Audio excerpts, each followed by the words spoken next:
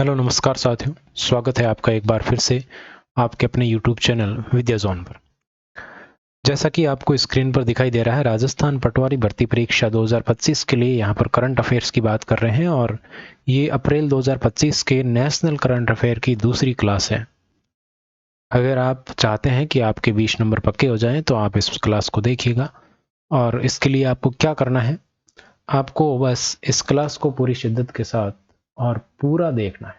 चाहे आप double speed में देखो, चाहे कैसे भी देखो, लेकिन इस क्लास को पूरा देखना बहुत ज़रूरी है। क्लास को पूरा नहीं देखते हैं तो बहुत कुछ आपके मिस हो जाएगा। तो इसलिए ज़रूरी है कि इस क्लास को आप पूरा देखें और पूरे प्रश्नों को अटेम्प्ट करें। तो चलिए, अगर पिछली क्लास नहीं देखी है तो उसमें जनवरी का रिवीजन भी है, अप्रैल का भी है, और वो बहुत ज़्यादा इम्पोर्टेंट है वो क्लास भी। उस क्लास को भी आप अगर पूरा देखना चाहें तो ज़रूर देखें। मैं तो कहता हूँ देखना चाहें क्या, पूरा आपको देखना ही चाहिए उसको, ताकि एक क्लास के अंदर ही डबल काम हो जाएगा, रिवीजन भी हो जाएगा और अप्रैल का करंट अफेयर भी हो जाएगा। तो चलिए शुरुआत करते हैं आज की क्लास को। पूरा लास्ट तक आप इस क्लास को देखिएगा, बहुत कुछ आपको सीखने को मिलेगा। और आपने अच्छे से पढ़ रखा है तो आपका रिवीजन भी बहुत अच्छे से इस पर होने वाला है।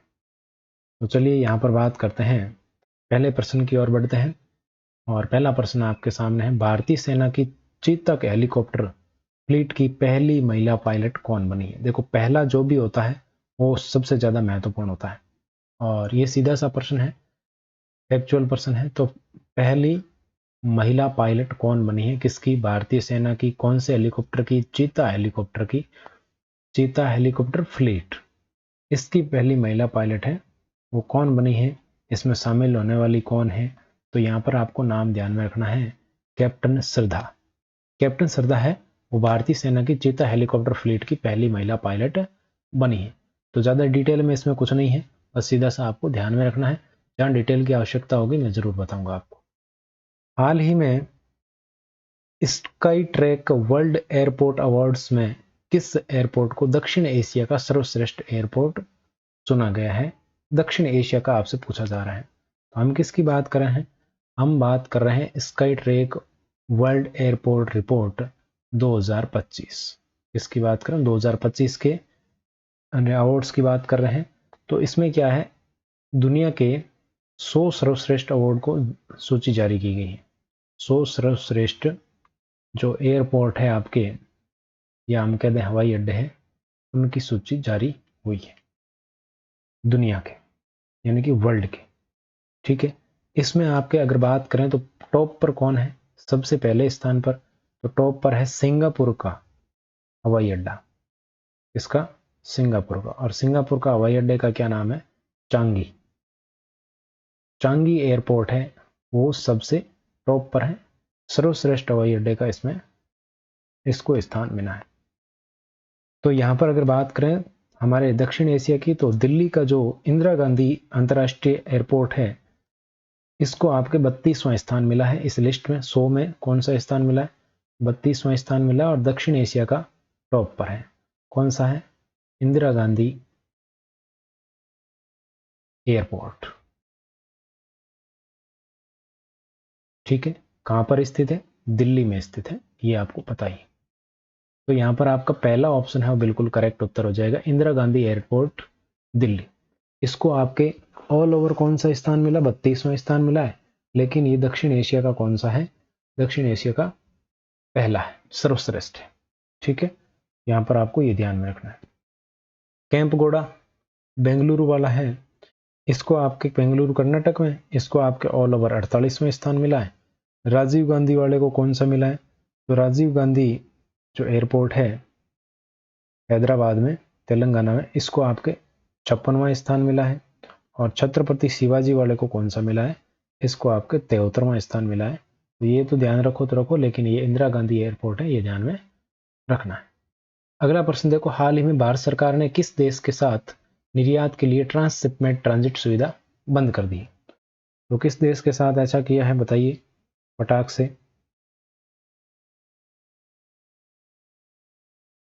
जल्दी से बताइए, देखें भारत सरकार ने किस देश के साथ निर्यात के लिए ट्रांसशिपमेंट ट्रांजिट सुविधा है वो बंद कर दी है। तो हाल ही में कौन सा देश है जो सबसे ज्यादा चर्चा में था, तो वो देश है बांग्लादेश। बांग्लादेश में आपको पता है कि यहाँ पर पूरा सब कुछ चेंज कर दिया गया है। यहाँ पर जो राष्ट्रपिता है उनकी जो तस्वीर है वो करेंसी से हटा दी गई है। राष्ट्रपिता की तस्वीर है वो करेंसी से भी हटा दी गई है, ये आपको ध्यान में रखना है। तो ये आजकल बहुत चर्चा में था। और यहाँ पर शेख हसीना है उसको यहाँ पर हटा दिया गया है। ठीक है, आगे बढ़ते हैं। अगला प्रश्न आपके सामने है, निम्न कथनों में से सही कथन चुनें और कूट के माध्यम से सही उत्तर दीजिए। क्या प्रश्न है देखिए। प्रश्न आपके सामने है कि हाल ही में राष्ट्रपति द्रौपदी मुर्मू को स्लोवाकिया की कॉन्स्टेंटाइन द फिलोसोफर यूनिवर्सिटी ने मानद डिग्री होनोरिस कोसा प्रदान की है। तो आपको यहाँ पर क्या ध्यान में रखना है कि जो ये डिग्री है ना होनोरिस कोसा, कौन सी डिग्री, होनोरिस कोसा, ये डिग्री आपको ध्यान में रखनी है। होनोरिस कोसा किसने प्रदान की है? तो ये आपके स्लोवाकिया ने प्रदान की है। होनोरिस कोसा स्लोवाकिया ने प्रदान की है। तो ये कथन बिल्कुल सही है। हाल ही में इन्हें पुर्तगाल की राजधानी लिस्बन की प्रतिष्ठित की ऑफ ऑनर भी प्रदान की गई है, बिल्कुल सही है। और ये की ऑफ ऑनर है, ये कब प्रदान की गई? तो ये अभी आपके 7 अप्रैल को ही प्रदान की गई है, 7 अप्रैल 2025। अगर आप पटवारी की तैयारी कर रहे हैं तो आपको जून तक का करंट अफेयर पढ़ना होगा, ठीक है।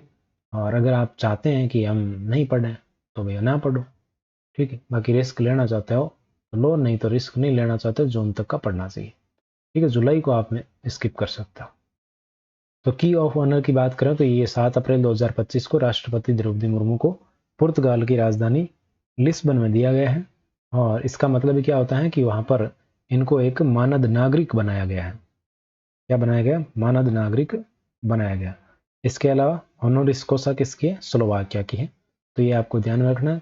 तो दोनों ही कथन यहाँ पर बिल्कुल सही है। तो सी ऑप्शन आपका उत्तर होगा, कथन 1 और 2 दोनों सही। ठीक है, तो ये अवार्ड ध्यान रखना महत्वपूर्ण है, क्योंकि अवार्ड में मोदी जी और इनके अवार्ड है बहुत ज़्यादा महत्वपूर्ण है। हाल ही में राजस्थान की मुख्यमंत्री भजनलाल शर्मा द्वारा शुरू की गई बाबा साहब अम्बेडकर संबल योजना।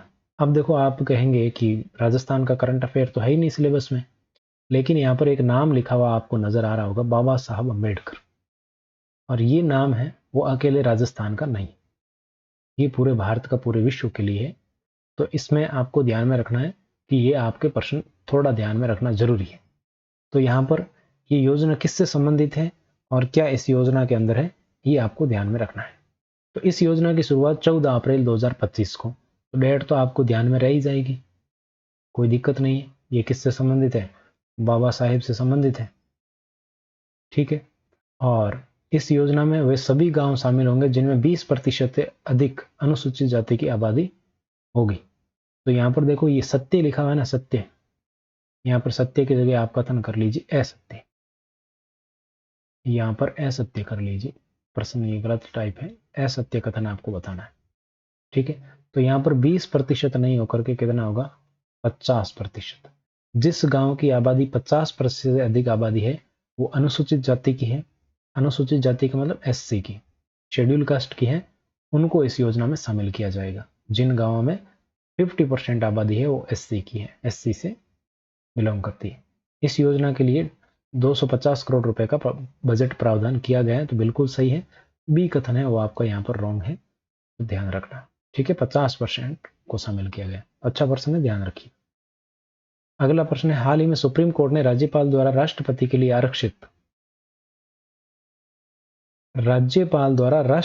लिए आरक्षित विधेयकों पर निर्णय लेने के लिए कितना समय निर्धारित किया है?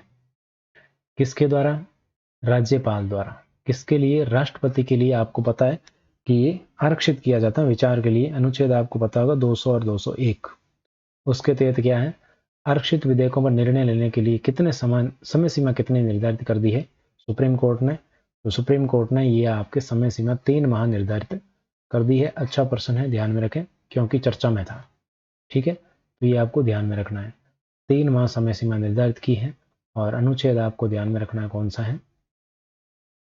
अनुच्छेद 200 और 201, ठीक है। तो ये ध्यान में रखिएगा। आगे बढ़ते हैं। अगला प्रश्न आपके सामने, भारत का वह पहला राज्य जिसने अनुसूचित जाति आरक्षण में वर्गीकरण लागू किया है? ऐसा कौन सा राज्य है भारत का जिसने क्लासिफिकेशन लागू कर दिया एससी के अंदर? एससी में क्या लागू कर दिया? एससी में क्लासिफिकेशन लागू कर दिया। क्लासिफिकेशन मतलब एससी तो एक वर्ग है, उसके अंदर भी अलग अलग वर्ग बना दिए गए हैं। तो ऐसा करने वाला है तेलंगाना। भारत का पहला राज्य है, इसलिए आपको ध्यान में रखना है।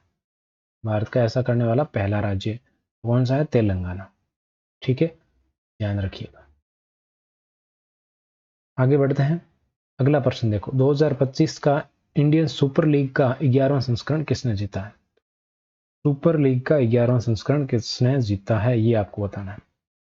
आईएसएल, इंडियन सुपर लीग का 11वां संस्करण है, वो किसने जीत लिया है, ये आपको बताना है। मोहन बागान super joint, Bengaluru FC, Mumbai city FC, इनमें से कोई नहीं। तो बिल्कुल करेक्ट क्या होगा बताओ? देखो, सबसे पहले अगर इसकी बात करें अपन इंडियन सुपर लीग की, इंडियन सुपर लीग थोड़ा थोड़ा बता देते हैं, ज़्यादा आपका टाइम नहीं लेंगे। 2025 की अगर बात करें, इसका आयोजन कहाँ हुआ, कब हुआ? तो इसका आयोजन हुआ 12 अप्रैल 2025 को। कहाँ पर हुआ? कोलकाता में हुआ। कहाँ पर? कोलकाता में इसका आयोजन हुआ। कोलकाता में कहाँ पर हुआ? तो आपके युवा भारती क्रीड़ांगन स्टेडियम में हुआ था। युवा भारती स्टेडियम, इतना ही ध्यान रख लो, स्टेडियम। ठीक है, कोलकाता के अंदर। यहां पर आपको ध्यान में रखना है कि जीता किसने ये, तो ये कोलकाता का ही है, मोहन बागान सुपर जॉइंट। किसने जीता है? मोहन बागान सुपर जॉइंट ने इसको जीत लिया है, ये आपको ध्यान में रखना है। ठीक है, आगे बढ़ते हैं। अगला प्रश्न है, निम्न में से सही कथनों को चुनिए। हाल ही में प्रख्यात नृत्यांगना, देखो बहुत अच्छा प्रश्न है ये भी, नृत्यांगना कुमुदनी लाखिया का निधन हो गया। इसका? कुमुदनी लाखिया का निधन हो गया, जिनका संबंध कथक नृत्य से है। बिल्कुल सही बात है, कुमुदनी लाखिया का संबंध किससे है? कथक से है, ये आपको ध्यान में रखना है। तो पहला कथन बिल्कुल सही है। इन्हें भारत का दूसरा सबसे बड़ा नागरिक सम्मान पद्म विभूषण 2025 प्रदान किया गया। तो भारत का दूसरा सबसे बड़ा नागरिक पुरस्कार 2025 है पद्म विभूषण, वो भी इनको प्रदान किया गया था। बिल्कुल सही बात है, दोनों ही कथन सही है। तो कथन 1 और 2 दोनों सही है, सी ऑप्शन आपका बिल्कुल करेक्ट आंसर हो जाएगा। ठीक है, आगे बढ़ते हैं। अगला प्रश्न देखो, हाल ही में BR अम्बेडकर के नाम पर किस राज्य में नया वन्य जीव अभयारण्य बनाने की घोषणा की? तो नया वन्य जीव अभयारण्य कहाँ बनाया जाएगा भाई? भीमराव अम्बेडकर के नाम पर, बताइए जल्दी से।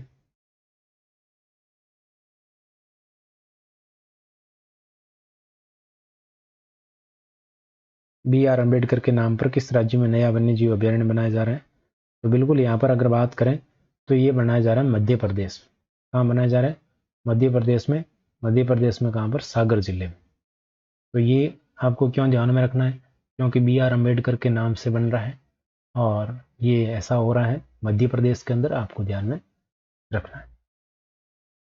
अगला प्रश्न देखो, ब्रिगेडियर सवाई भवानी सिंह का स्टेच्यू राजस्थान में कहाँ पर बनाया जा रहा है? तो ये ब्रिगेडियर है और अभी भारत पाक है वो संघर्ष थोड़ा चर्चा में रहा था, और तो ये इन्होंने भी, इनका संबंध भी भारत पाक युद्ध से है, तो इसलिए आपको ध्यान में रखना है सवाई भवानी सिंह का स्टेच्यू राजस्थान में कहाँ पर बनाया जा रहा है? तो ये आपके जयपुर के अंदर बनाया जा रहा है। बी ऑप्शन आपका बिल्कुल करेक्ट उत्तर हो जाएगा। आगे बढ़ते हैं। अगला प्रश्न देखो, हाल ही में 22 अप्रैल 2025 को जम्मू कश्मीर के किस स्थान पर आतंकी हमला हुआ है? जम्मू कश्मीर के किस स्थान पर आतंकी हमला हुआ है, ये तो आपको पता ही है।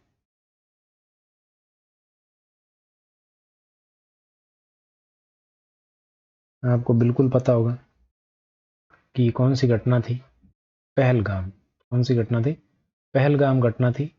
और इसके अलावा इससे संबंधित एक ऑपरेशन है, इस ऑपरेशन का नाम क्या है? ऑपरेशन सिंदूर। क्या नाम है? ऑपरेशन सिंदूर। ये किसके द्वारा चलाया गया? ये भारत के द्वारा चलाया गया पाकिस्तान के खिलाफ। लेकिन पाकिस्तान ने कौन सा चलाया? तो पाकिस्तान ने भी ऑपरेशन चलाया था एक, ऑपरेशन अल बुनियान। ऑपरेशन अल बुनियान ये किसने चलाया था? ये पाकिस्तान ने चलाया था। इसके अलावा अगर बात करें तो ऑपरेशन केलर ये कहाँ चला था? ये जम्मू एंड कश्मीर में चलाया गया। कहाँ पर? शोपियां में।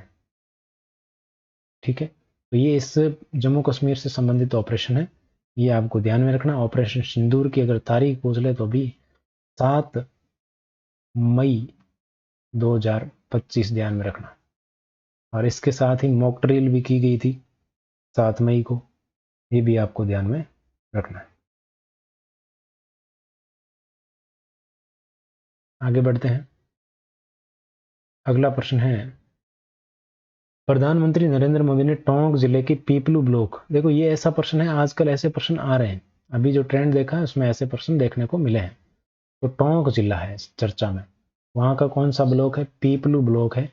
यहाँ के जो आंगनबाड़ी केंद्र है वहाँ के बच्चों की माप में 90% तक का सुधार हुआ है। माप दक्षता में 90% तक का सुधार हुआ है। तो यहाँ पर 90 की जगह आपको कितना कर लेना है?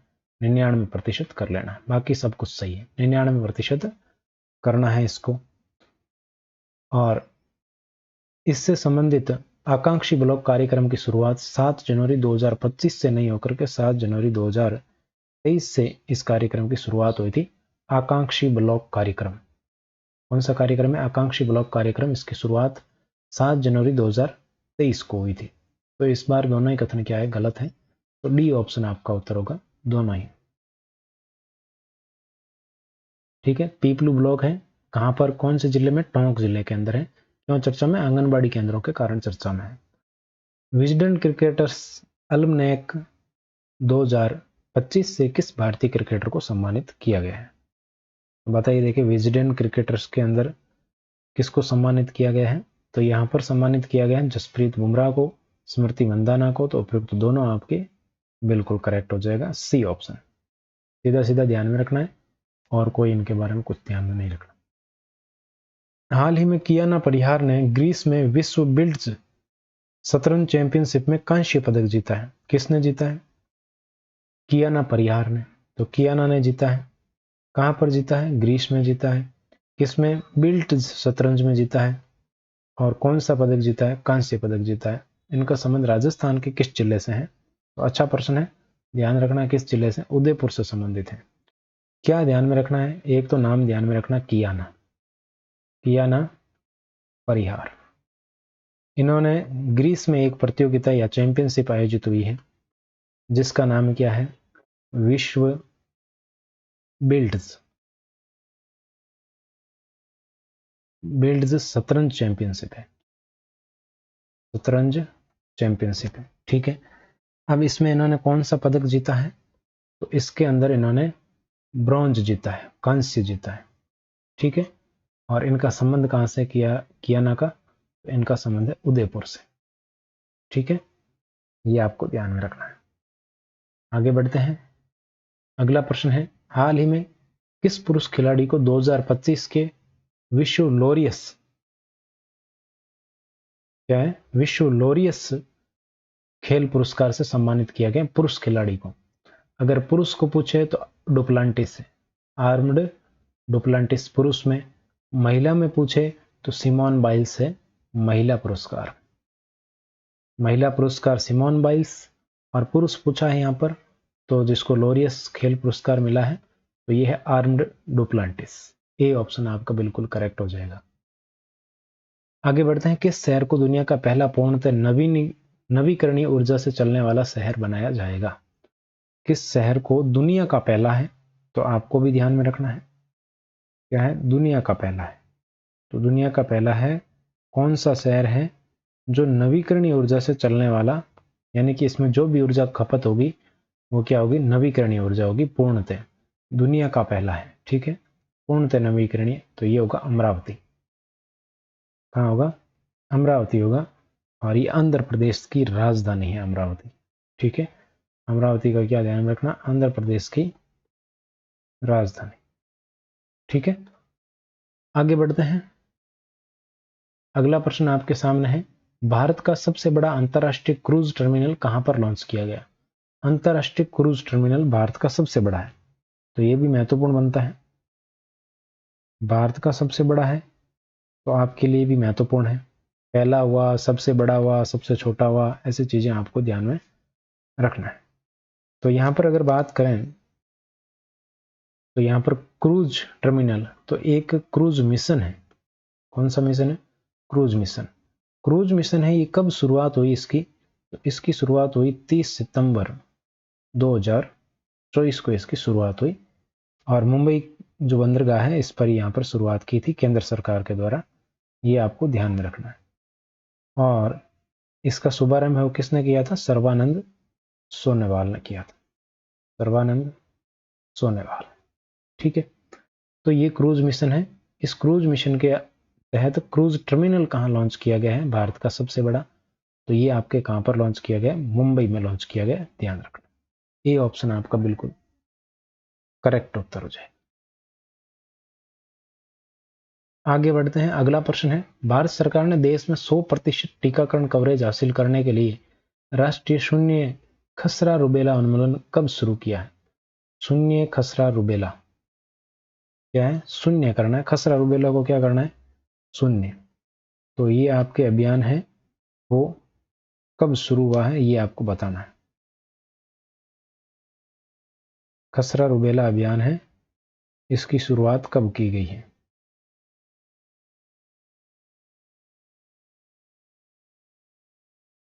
बताइए देखें।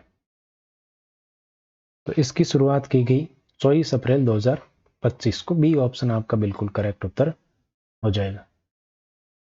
अगला प्रश्न देखिए, पंचायती राज पुरस्कार के संबंध में सत्य कथन है। पंचायती राज पुरस्कार के संबंध में कौन सा सत्य है? तो पंचायती राज पुरस्कार 2025 प्रदान किए गए, इसमें कौन सा सही है ये आपको बताना है। तो यहाँ पर जलवायु से संबंधित काम करने के लिए किसको दिया गया है? दवा ग्राम पंचायत को दिया गया है, जो कि कहाँ है? महाराष्ट्र में। ठीक है, आत्मनिर्भर पंचायत के रूप में किसको दिया गया? माल को। देखो, जलवायु को क्या देनी पड़ेगी? दवाई, दवा देनी पड़ेगी, तो वो दवा कहाँ है? महाराष्ट्र में। आत्मनिर्भर कब होंगे? जब क्या होगा? माल होगा। क्या होगा? पास में माल होगा। माल होगा तो अपने आप आत्मनिर्भर हो जाएंगे। तो माल पंचायत तेलंगाना की। क्षमता निर्माण में केरल। क्षमता निर्माण में कौन सा है? केरल। तो ये बिल्कुल उपयुक्त सभी आपके लिए बिल्कुल करेक्ट है। डी ऑप्शन आपका उत्तर हो जाएगा। अगला प्रश्न देखो, बुद्ध धम्म पर अंतरराष्ट्रीय सम्मेलन कहाँ आयोजित किया गया? बुद्ध धम्म पर अंतरराष्ट्रीय सम्मेलन है वो कहाँ आयोजित किया गया? तो यहां पर आपको ध्यान में रखना, ए ऑप्शन बिल्कुल करेक्ट हो जाएगा। अरुणाचल प्रदेश में बुद्ध यानी कि बौद्ध धर्म से संबंधित है ये अंतरराष्ट्रीय सम्मेलन हुआ भारत की संस्कृति के संबंध में, और ये आपको ध्यान में रखना है। आगे बढ़े, अगला प्रश्न देखिए आपके सामने है, हाल ही में इंडिया स्टील 2025 के 6ठे संस्करण का आयोजन कहाँ हुआ? इंडिया स्टील 2025 के 6ठे संस्करण का आयोजन कहाँ पर हुआ है, ये आपको बताना है। तो इंडिया स्टील 2025 के 6ठे संस्करण की अगर बात करें तो इसका आयोजन कहाँ पर हुआ है?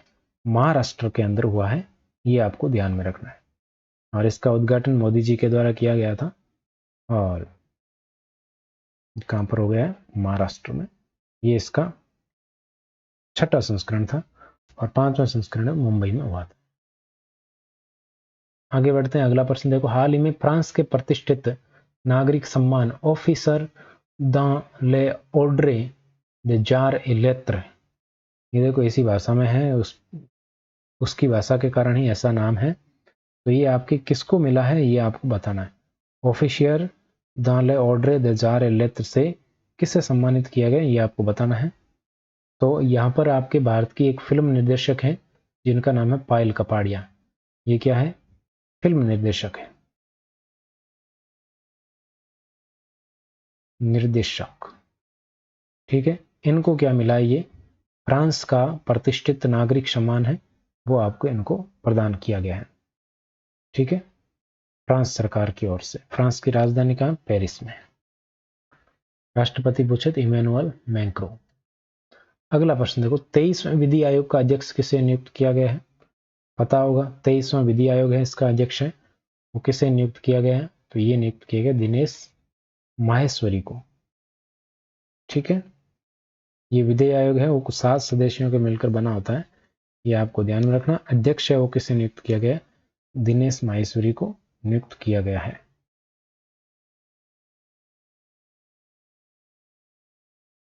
अगला प्रश्न है, हाल ही में चर्चा में रहा सिमलीपाल राष्ट्रीय उद्यान किस राज्य में स्थित है?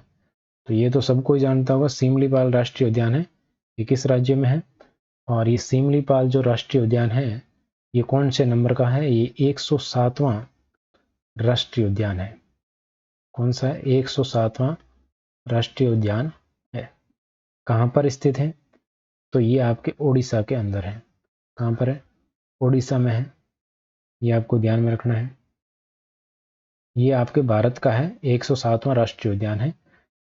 और उड़ीसा की अगर बात करें तो उड़ीसा में एक और स्थित है और जिसका नाम है भितरकनिका। क्या नाम है? भितरकनिका। और ये अब उड़ीसा का क्या हो गया? दूसरा हो गया। ठीक है, आगे बढ़ते हैं। सी ऑप्शन आपका उत्तर हो गया। आगे बढ़ो। हाल ही में पुणे में आयोजित शतरंज फिडे महिला ग्रैंड प्रिक्स का खिताब किसने जीता है? कहां पर आयोजित? पुणे में। क्या जीता है? फिडे महिला ग्रैंड प्रिक्स। तो फिडे महिला ग्रैंड प्रिक्स है वो किसने जीता है ये आपको बताना है। तो ये आपके जीत लिया किसने? कोनेरू हम्पी ने। ए ऑप्शन बिल्कुल करेक्ट हो जाएगा, ध्यान रखना है। यहां पर एक नाम आया है दिव्या देशमुख, ये आपके तीसरे स्थान पर रही है। कौन से स्थान पर? तीसरे स्थान पर रही दिव्या देशमुख। अगला प्रश्न है, निम्न में से सही कथन को चुनें और कूट के माध्यम से सही उत्तर दीजिए। हाल ही में भारत ने दूसरी एशियाई योगासन खेल चैंपियनशिप 2025 में 83 गोल्ड के साथ कुल 87 पदक हासिल किए हैं। बहुत ही महत्वपूर्ण प्रश्न है, ध्यान में रखिएगा। क्या हासिल किया इन्होंने? कितने पदक हैं? 87 पदक। कौन से योगासन खेल चैंपियनशिप में? 83 स्वर्ण है, 87 गोल्ड है। इसके अलावा अगर बात करें तो 3 आपके सिल्वर हैं। 3 कैसे हैं? सिल्वर है। और इसी के साथ अगर बात करें तो आपके एक क्या है? एक ब्रॉन्ज भी है। एक ब्रॉन्ज, 3 सिल्वर और 83 गोल्ड, कुल मिलाकर 87 पदक है वो हासिल किए। भारत पदक तालिका में जापान के बाद दूसरे स्थान पर नहीं, भारत है वो पहले स्थान पर है। भारत क्या है? पहले स्थान पर है। ठीक है, इसके बाद अगर बात करें दूसरे स्थान पर अगर बात करें तो दूसरे पर है जापान। कौन है? जापान है। और कौन है? मंगोलिया। दूसरे और तीसरे पर जापान और मंगोलिया है। भारत है वो शीर्ष है, टॉप पर है। तो कथन केवल एक सही है, क्योंकि बी कथन है वो गलत हो गया, दूसरा कथन। आगे बढ़ते हैं। हाल ही में अप्रैल 2025 में बिहार में बौद्ध भिक्षुओं ने किस प्रकार की पेंटिंग के माध्यम से गिनीज वर्ल्ड रिकॉर्ड बनाया है?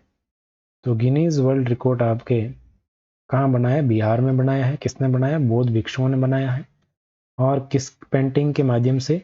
तो मधुबनी पेंटिंग के माध्यम से बनाया है। ए ऑप्शन आपका उत्तर हो जाएगा।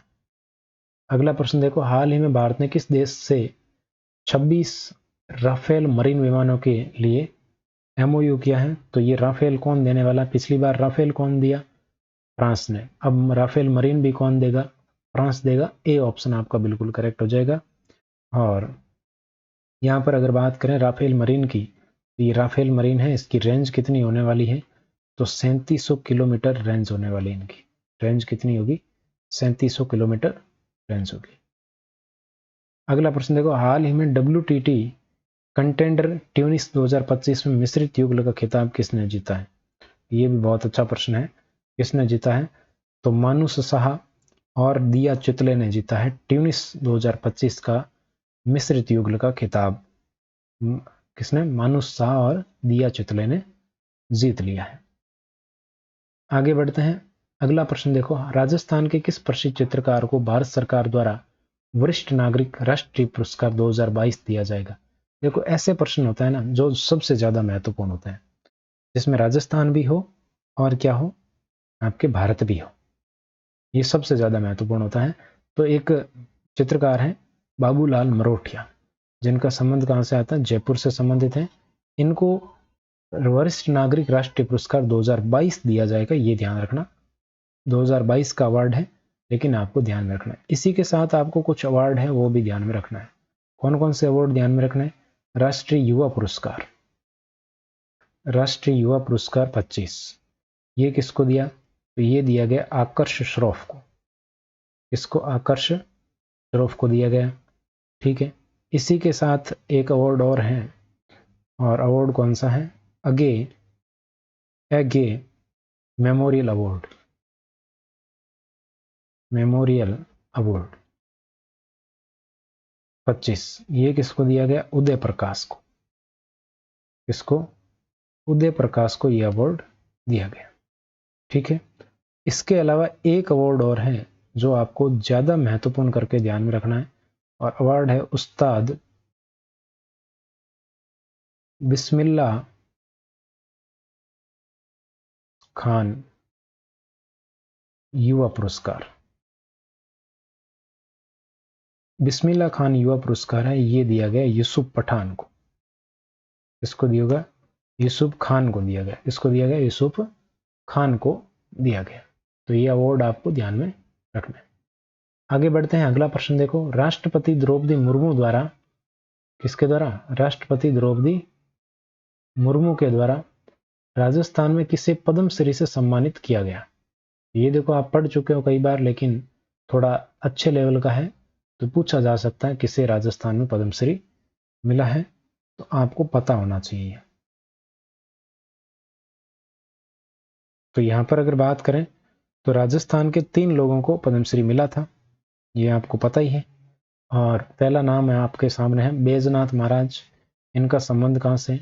सीकर से इनका संबंध आता है। और इनकी अगर बात करें तो किस क्षेत्र में इनको दिया गया? अध्यात्म। महाराज है तो किस में दिया गया? अध्यात्म के क्षेत्र में इनको दिया गया। ठीक है। फिर आता है सीन काफ निजाम। तो सीन काफ निजाम, इनका संबंध कहां से है? जोधपुर से है। और इनको किस क्षेत्र में दिया गया? तो ये आपके शायर है। क्या है? मशहूर शायर है, ये शायर हैं। और इनकी अगर बात करें तो ये आपके असली नाम क्या है इनका, आपसे पूछा जा सकता है। तो सीन काफ निजाम का असली नाम है शिव किशन बिस्सा। शिव किशन बिस्सा इनका असली नाम है। बतूल बेगम की बात करें तो इनका संबंध आता है जयपुर से, और इनको आपके मांड गायकी के क्षेत्र में दिया गया है। किसके? मांड गायकी के लिए दिया गया। ठीक। इन्हें भजनों की बेगम भी कहा जाता है, ध्यान रखना। तो उपयुक्त सभी डी ऑप्शन आपका करेक्ट हो जाएगा। अगला प्रश्न देखिए। हाल ही में आईपीएल में सबसे तेज शतक लगाने वाला सबसे युवा भारतीय बल्लेबाज कौन बना है? तो ये तो आपको पता ही है, भारतीय बल्लेबाज कौन बना है, सब कोई जानते हैं, वैभव सूर्यवंशी। ठीक है। सबसे तेज शतक लगाने का रिकॉर्ड बनाया है। और अगला प्रश्न है आपके सामने, सर्वोच्च सम्मान फिजी का, कहाँ का? फिजी का सर्वोच्च सम्मान companion of the order of Fiji किसे प्रदान किया गया? Companion of the order of Fiji से किसे सम्मानित किया गया? तो ये आपके मधुसूदन शाही। किसको सम्मानित किया गया है?